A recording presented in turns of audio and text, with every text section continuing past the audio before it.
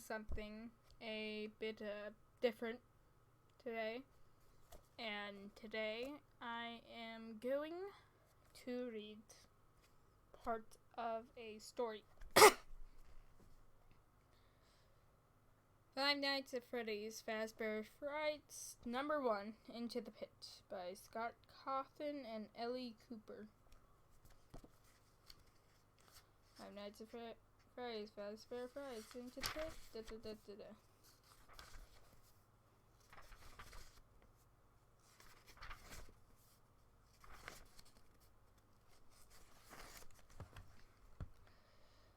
The dead possum's still there. Oswald was looking out the pasture window at the gray furry corpse on the side of the road. Somehow it looked even more deader than it had yesterday. Last night's rain hadn't helped. Nothing looks deader than a dead possum, Oswald's dad said. Except this town, Oswald mumbled, looking at the boarded-up storefronts and the display windows, which were displaying nothing but dust. "What's that?" Dad said. He was already wearing the stupid red vest they put him in when he worked the deli counter at the snack space. Oswald wished he'd wait to put it on until after he dropped him at school. "This town," Oswald said louder this time. "This town looks deader than a dead possum." His dad laughed. "Well, I don't guess I can argue with that. 3 years ago, when Oswald was 7, there had actually been stuff to do here.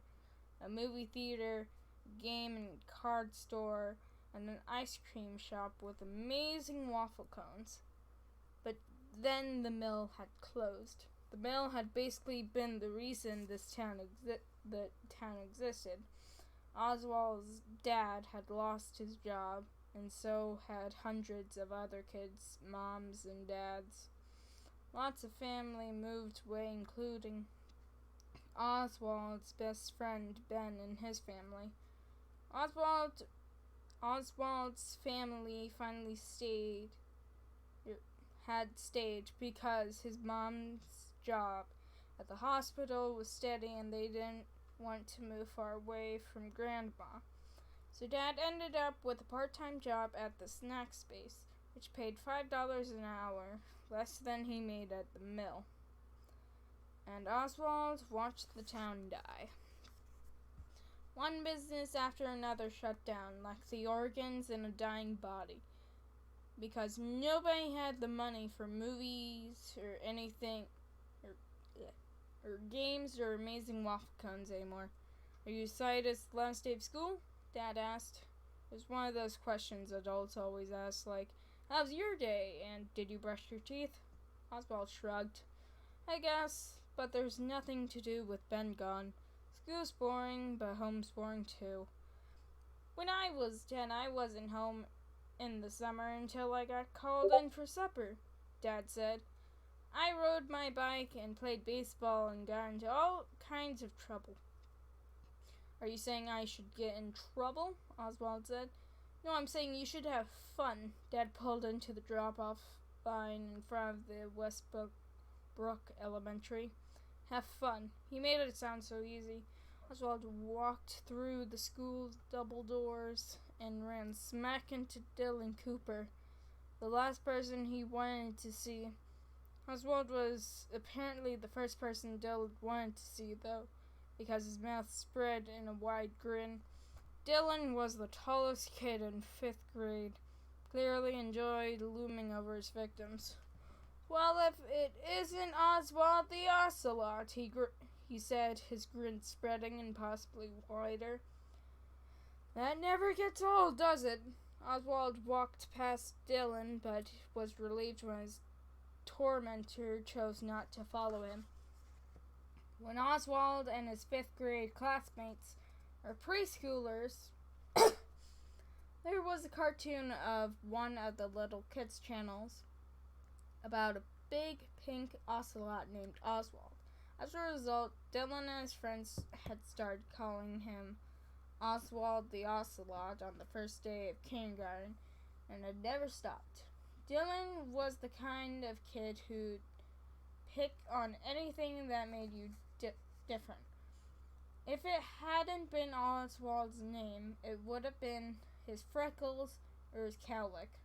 The name-calling had gotten much worse this year in U.S. history when they learned about a man who shot John F. Kennedy was named Lee Harvey Oswald. Oswald would rather be an ocelot than an assassin. Since it was the last day of school, there was no attempt at doing any kind of real work. Mrs. Meacham had announced the day before that students were allowed to bring their electronics as long as they took responsibility for anything getting lost or broken. This announcement meant no effort would be made toward any educational activities of any kind. Oswald didn't have any modern electronics.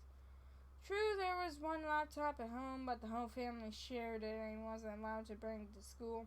He had a phone, but it was the saddest, most out-of-date model imaginable. And he didn't want to take it out of his pocket because he knew any kid who saw it would make fun of how pathetic it was. So while the other kids played games on their tablets or handheld consoles, Oswald sat. After just sitting became intolerable, he took out a notebook and pencil and started to draw. He wasn't the best artist in the world, but he could draw well enough that his images were identifiable, and there was a certain cartoony quality about his drawings that he liked. The best thing about drawing, though, was that he could get lost in it.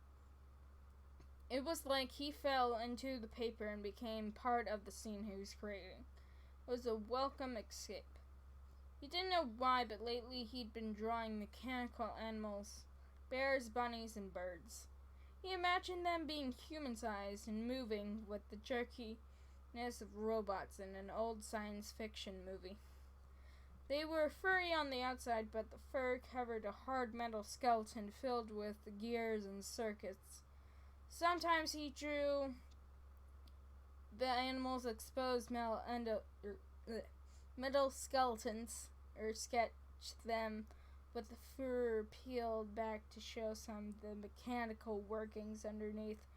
It was a creepy effect, like seeing a person's skull peeking out from beneath the skin. Oswald was so immersed in his drawing that he was startled when Miss McKean turned off the lights to show a movie. Movies always seemed like a teacher's final act of desperation on the day before break. Way to keep the kids quiet and relatively still for an hour and a half before setting them loose for the summer. The movie Miss McCam chose was, in Oswald's opinion, too babyish for a room full of 5th graders. It was about a farm with talking animals, and he had watched it before, but he watched it again because, really, what else did he have to do?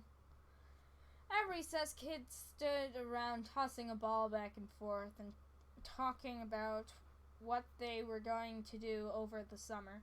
I'm going to football camp. I'm going to basketball camp. I'm going to hang out at my neighborhood pool. I'm going to stay at my grandparents' in Florida.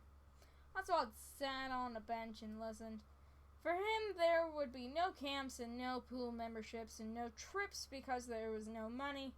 So he drawed pictures, plays old video games that he already been 1,000 times, and maybe go to the library.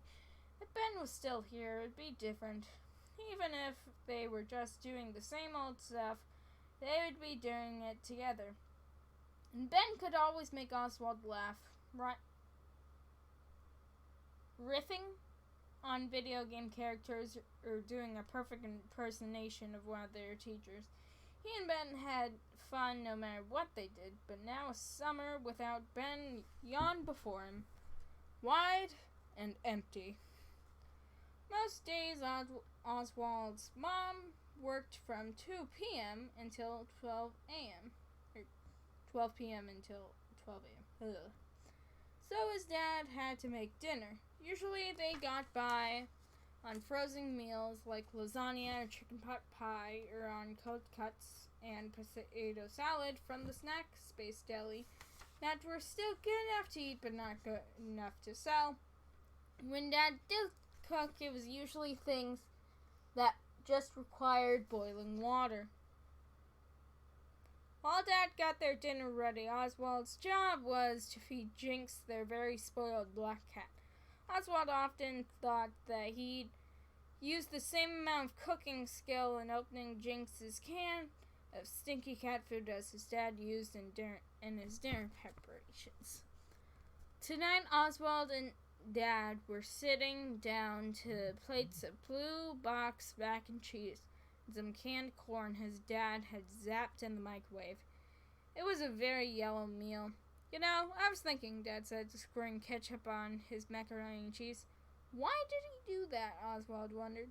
I know you're old enough to stay home by yourself, but I don't like the idea of you staying by yourself the whole day while your mom and I are at work. I was thinking you could ride into town with me in the mornings and I could drop you off at the library. You could read, surf the net. Oswald couldn't let this one slide. How out of date could his dad be? Nobody says surf the net anymore, Dad. They do now, because I just said it. Dad forked up some macaroni.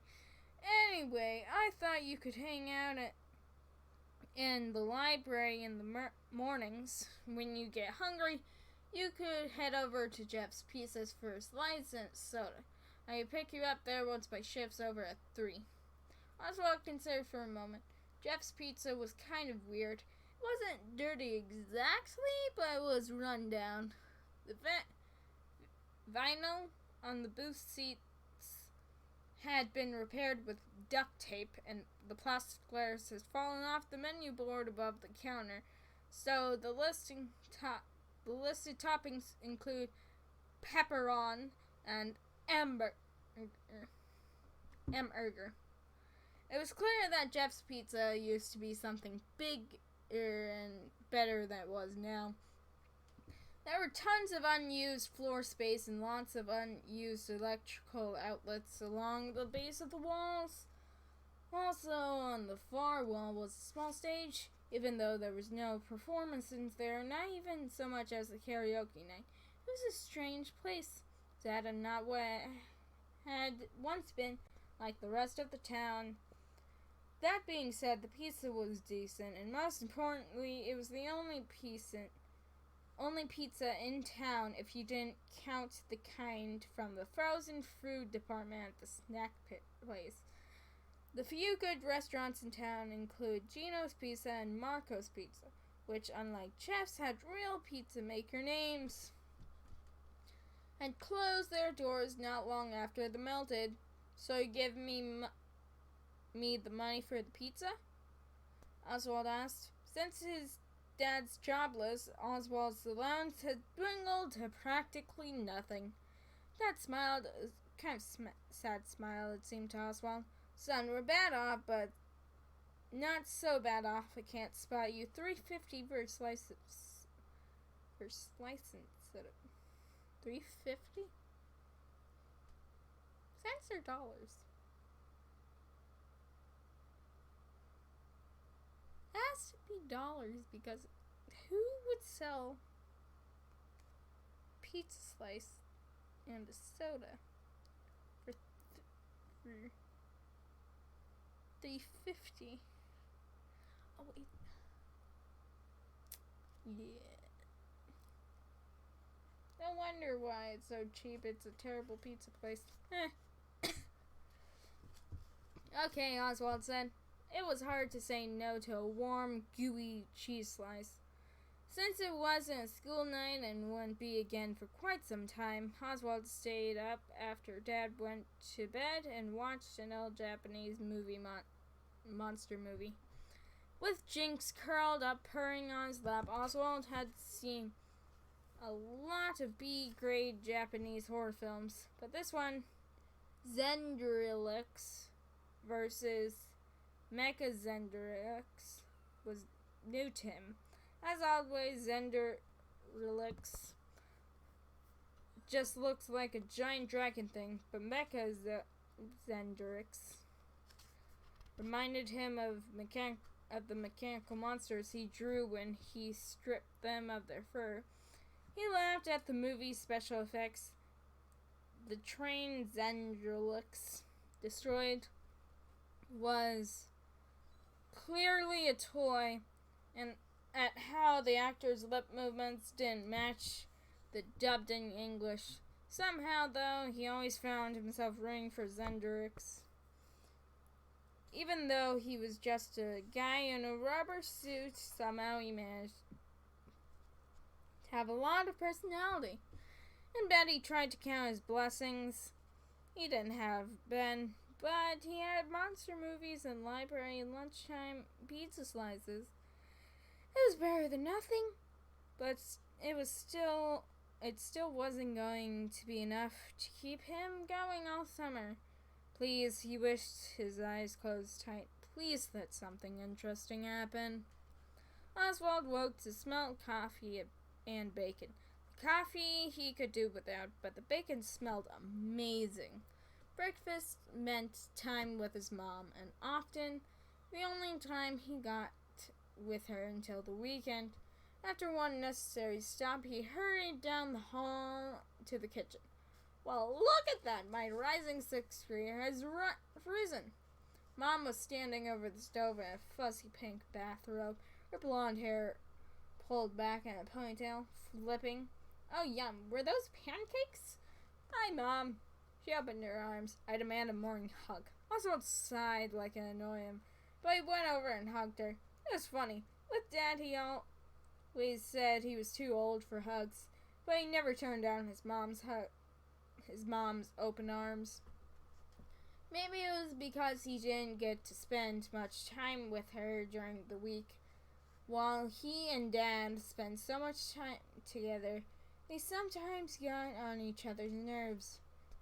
He knew Mom missed him and felt bad for having to work such long hours, but he also knew that since Dad's job at the snack place was just part-time, Mom's long hours were most of the reasons that the bills were getting paid.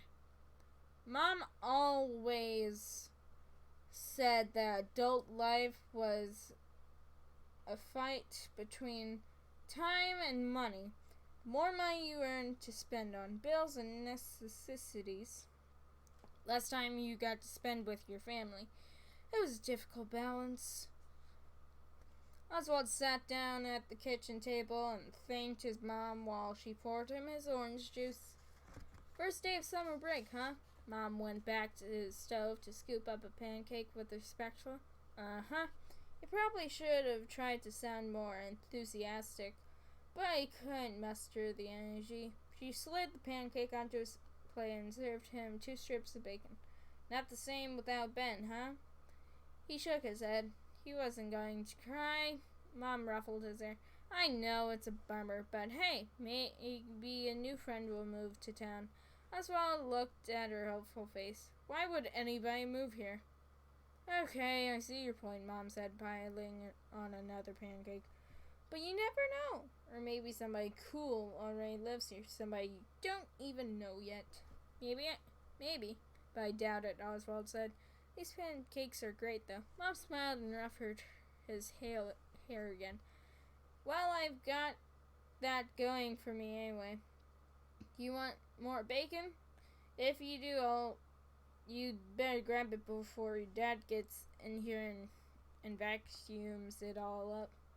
Sure, it was Oswald's personal policy never to refuse more bacon. The library was actually kind of fun. He found the latest book in a science fiction series he liked and a manga that looked interesting. As always, he had to wait forever to use the computers because they were all taken by people who looked like they had no place else to be. Men with scraggly beards wearing layers of ratty clothing, two thin women with sad eyes and bad teeth.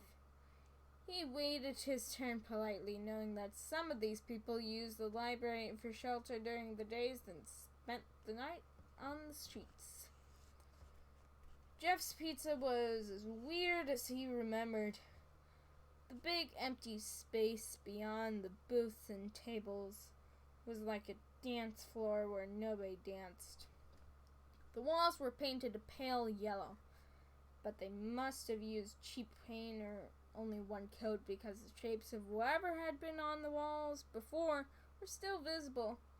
It had probably been some kind of mural with people or animals, but now it was just shadows behind a thin veil of yellow paint. Oswald sometimes tried to figure out what the shapes were, but they were too blobby to make out. Then there was the stage that never got used, standing empty but seemingly waiting for something.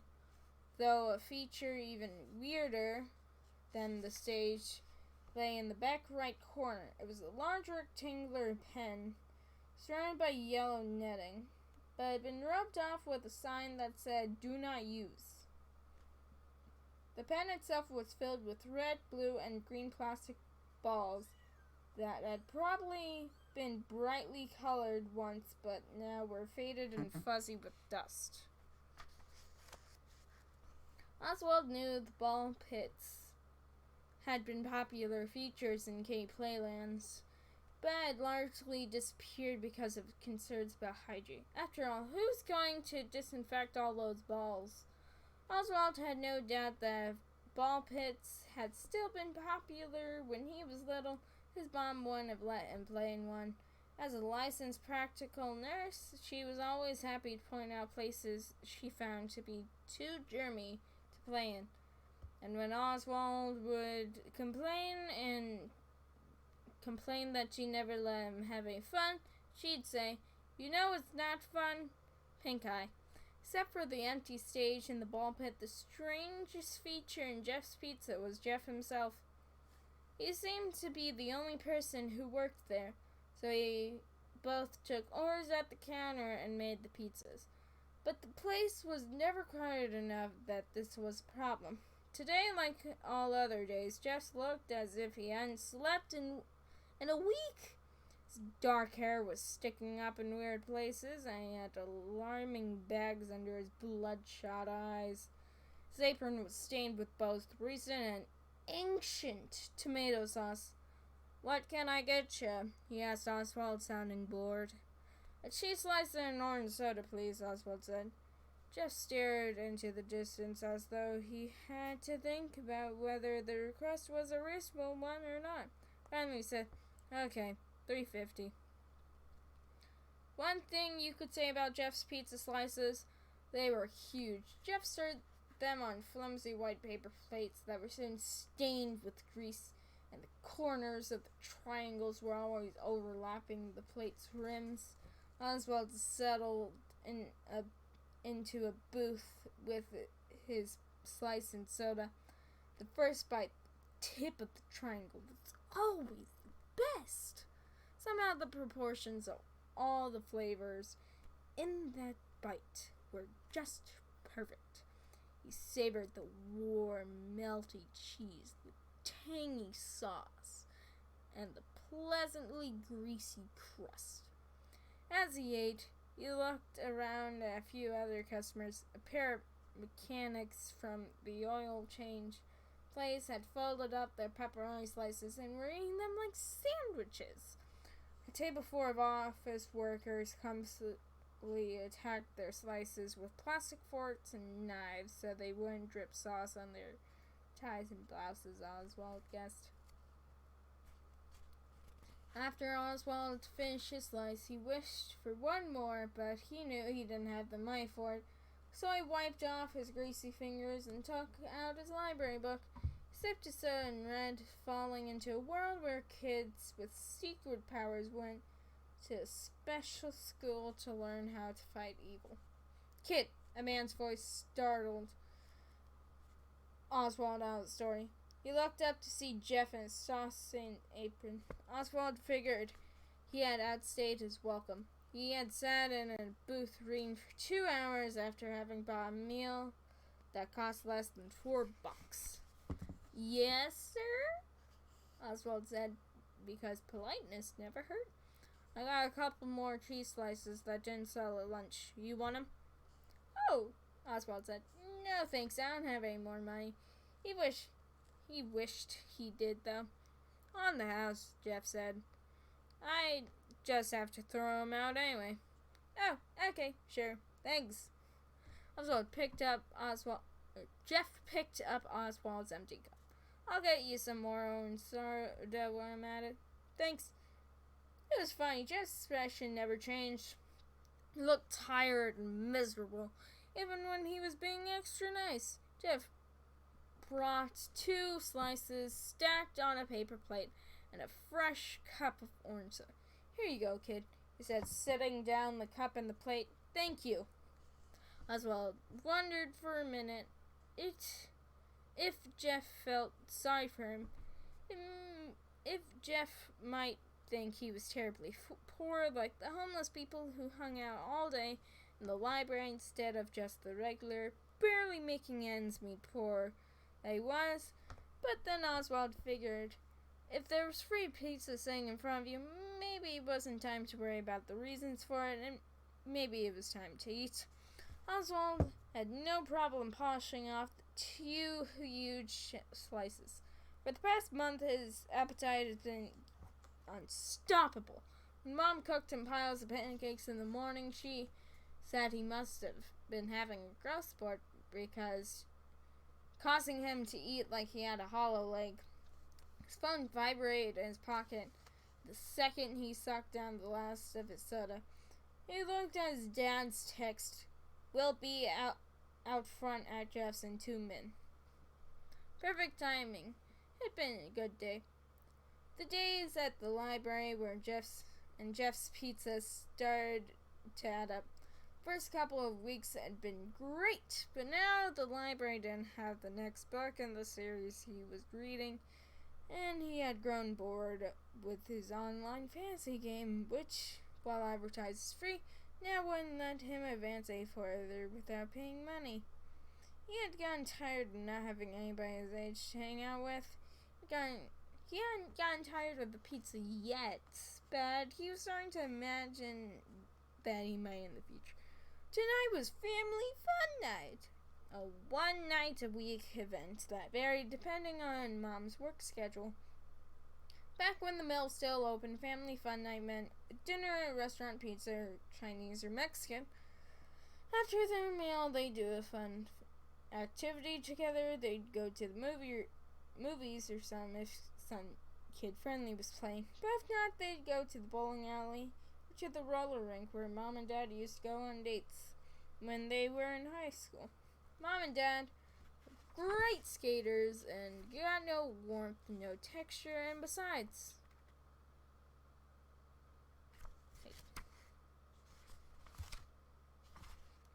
I skipped a page.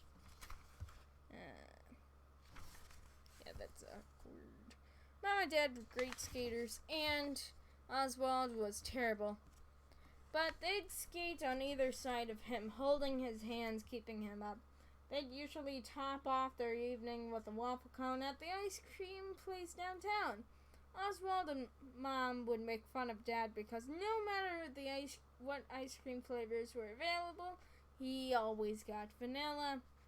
Since the mill closed down, the Family Fun Night had turned into an at-home affair. Mom would make something for dinner that was easy but festive, like tacos from a mix or hot dogs. They'd eat and then play board games or watch a movie they rented from Redbox. It was still fun, of course, but sometimes Oswald wished aloud for the old days of seeing new movies at the theater, having waffle cones after, and Dad had to remind him the important thing was that they all got to spend time together. Sometimes when the weather was nice, they'd have Family Fun Night. They'd pack a picnic of cold cuts and salad courtesy of the snack space. and head over to the state park. They'd eat their dinner at a wooden table and watch the squirrels and birds and raccoons. Afterward, they'd go for a walk on one of the hiking trails. These outings were always a nice change, but Oswald was always also aware of why these were only family fun nights that ever got them out of the house. Picnics were free. Tonight they were staying in. Mom had made spaghetti and garlic bread. They had played a game of Clue, which Mom won as she usually did. And now they were piling up on the couch together in their pajamas with a huge bowl of popcorn between them, watching a remake of an old science fiction movie. Once the movie was over, Dad said, "Well, that was pretty good, but not as good as the real version." "What do you mean, the real version?" Oswald said. "That was the real version." "Not really," Dad said. "I mean, it was set in the same universe as the real version, but it was kind of a cheap knockoff of the one that came out when I was a kid." Dad always had to be so opinionated. He could never just watch something and enjoy it. "So the best movies are always the ones that you watched when you were a kid?" Oswald said. "Not always, but in this case, yes." Dad was settling in. Oswald could tell for one of his favorite things, a good argument.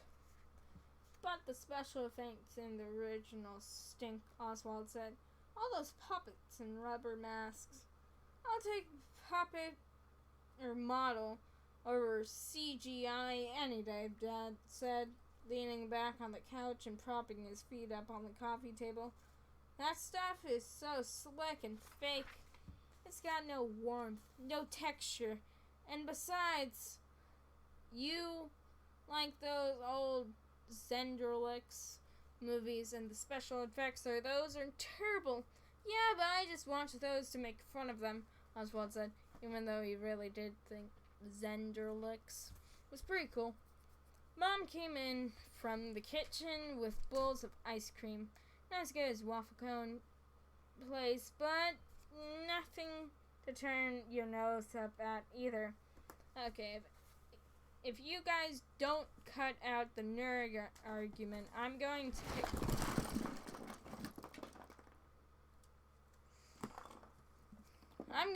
pick the next movie we watch, and it's going to be a romantic comedy." Just a sec.